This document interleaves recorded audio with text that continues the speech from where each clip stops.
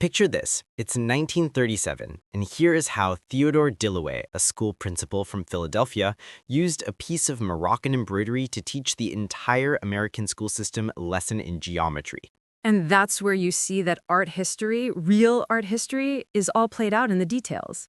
Because we have to put Dilloway in context for a second. The guy isn't just some tourist who impulse bought a caftan on the street. Far from it. Far from it. He's a painter, a Boston landscape artist, a musician. He ran art education in Buffalo, then in Boston, before landing in Philadelphia. When he published Art Instructor's Texts, his manual for teachers, he wasn't trying to take students on a vacation. He was looking for structural perfection. And where did he find it? In a gallery at the Metropolitan Museum of Art in New York, a piece of Moroccan embroidery. At the Met. That's no small thing. We're talking major institutional validation. But what fascinates me is his analysis of it. I have the text in my head. He doesn't talk about magic or charm. He talks mathematics. It's clinical. He titles it Moroccan Embroidery, Peacock and Vase Motif. We're talking about the famous gold thread embroidery known as Nta and Majboud. Focusing purely on what he sees. That's the best way to respect the work. Look at how he describes the peacocks. He doesn't say, oh, what pretty birds. He talks about sequences, pairs. Yes, they face each other or they stand back to back. And this vase you see, dear listeners, can be embroidered in different ways. We find it on kaftans, but also on other artisanal objects, cushions, wall hangings, shirpil, and so on. But if not random, that's the genius of it. Look. For example, Dilloway insists on the symmetry surrounding the peacock embroidery. It's a visual balance that is, how do I put it, unforgiving. If you shift one stitch, the whole thing collapses. It's pure logic. And he notes something crucial about the stylized trees between the units. The trees stripped down to the essentials, yes. They serve as a graphic link. Exactly. It's connectivity. It's graphic design ahead of its time. Those trees aren't there to look natural. They're there to create visual continuity. So the eye glides from one module to the next. In 1937, he's telling American teachers, look at this. This is how you build a coherent image. And there's this technical detail that, for me, changes everything. The angle. The 45-degree angle, the keystone. He explains that the entire construction rests on this constant angle. It's crazy when you think about it, a fixed geometric constraint. That means the Moroccan artisan who designed this wasn't just tinkering, he was following an almost architectural rigor. That 45-degree angle is what gives it rhythm. Dilloway shows that the vertical and horizontal lines are only there to stabilize this oblique dynamic. It's physics applied to textiles. That's where we see the difference between artisanship perceived as folkloric and actual design. Here we are firmly in design. There is a hierarchy of directions. But it's obvious, and that's why this textbook is a Bible. He doesn't say, copy this motif because it's exotic. He says, analyze the structure. It's a lesson in discipline. By the way, he doesn't stop at the line work. The color. Let's talk about the color for 2 minutes. Because the kaftan with the peacock and vase embroidery isn't just black fabric, far from it. The red-orange background. Dense, a red-orange that punches you right in the face. But the genius is the contrast, and Dilloway has a painter's eye. He sees that the motifs are in a muted yellow. That's value management. You have the dark background, the light motif, it's binary, it's readable. It creates an immediate relief effect. It's not coloring in, it's optics. The blue-green that comes in to calm the red-orange, chromatotically it's bold, but it's controlled. What's magnificent is that this analysis is used to train students of different ages, and at the end of the chapter, he poses questions for the teachers. Yeah, and they aren't questions like, how does this make you feel? He's asking, what is the role of stylization? How are these forms balanced? Can you imagine? We're asking American school kids during the Great Depression, or just after, to deconstruct a Moroccan embroidery to understand stylization. It proves that for the educational system of the time, this object was a standard, a gold standard of design. And hold on, it didn't stop there, and this wasn't a one-shot deal. No, it's tenacious. We find the motif again in 39, and 49, in 51, in 54, and 56.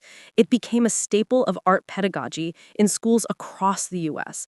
But the real kicker is Leon Loyal Winslow. In 39. Winslow isn't just anybody either. He's a major figure.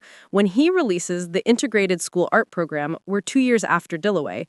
The world has changed, the war happened, everything was turned upside down. And yet what? The Moroccan peacock and vase are still there. Winslow picks up the torch. For him, too, it's the perfect example to develop observation skills. That means an entire generation of American students learned the basics of visual composition through the prism of Moroccan expertise. I love that. And IC was also picked up by the New York Graphic Society in 1954. They were an American publishing house specializing in art books, fine art reproductions, photography, museum-quality prints, and artist monographs. These American educators, with their Anglo-Saxon pragmatism, they cut out all the romantic fluff.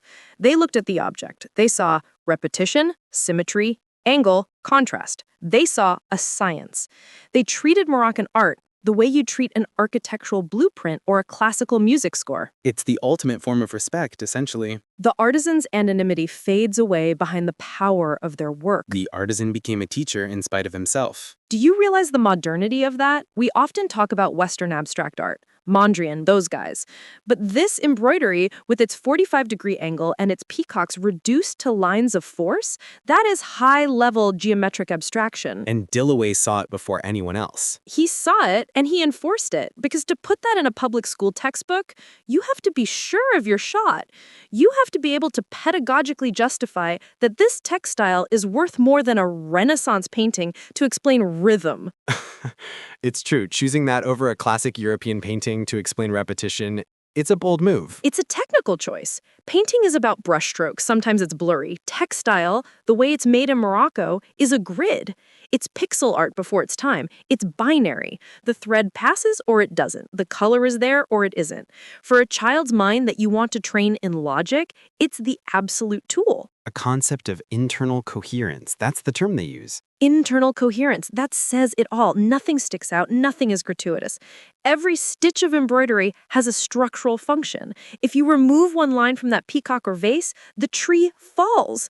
If you change the muted yellow to bright yellow, the contrast with the black or red collapses. It's a house of cards made of reinforced concrete. And it also shows something about conservation. The fact that it was at the Met and that Dillaway could study it so closely. It shows that these objects circulated, that they were scrutinized. We weren't in basic appropriation, like I'll take the motif and put it on a dress to make it pretty. No, this is university-level study. It's dissection. It's almost scientific. It is totally scientific. Look at the history of art education in the US. It's very pragmatic.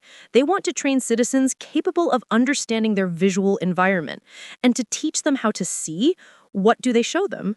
This textile, not because it's exotic, but because it is correct, geometrically correct. It's a lesson of humility for a lot of contemporary designers. Oh, absolutely. Today they try to sell you design thinking for everything. But design thinking is right there on this scrap of textile from 1937. The problem to solve, how to occupy space in a dynamic yet stable way. The solution, axial symmetry, 45-degree angle, restricted palette with high contrast. Case closed. And the fact that it lasted more than 10 years in the textbooks. That's proof of the model's robustness. A trend lasts 2 years, a pedagogical method. If it stays for 15 years, it means it works. Winslow wouldn't have risked his reputation in 1939 on something obsolete. If the peacock is there, it's because it's timeless. It's a classic, just like the Doric otter or a Bach fuge. It's funny you compare it to Bach. That's very mathematical, too. Wait, it's the same family. It's art through numbers, art through rules. That's why I get annoyed when people reduce Moroccan craft to boho interior decor. No, it is the science of forms. Dillaway saw it. Winslow saw it. It's high time we looked at it with that same level of seriousness. We're not just looking at an embroidery anymore. We're looking at an engineer's blueprint. A blueprint that crossed the Atlantic to educate America. That's quite the comeback for a simple peacock motif, isn't it? Revenge through geometry. Thanks for setting the record straight with us. This was Radio Fenida. Catch you very soon as we continue digging into what history really has to tell us. Catch you next time.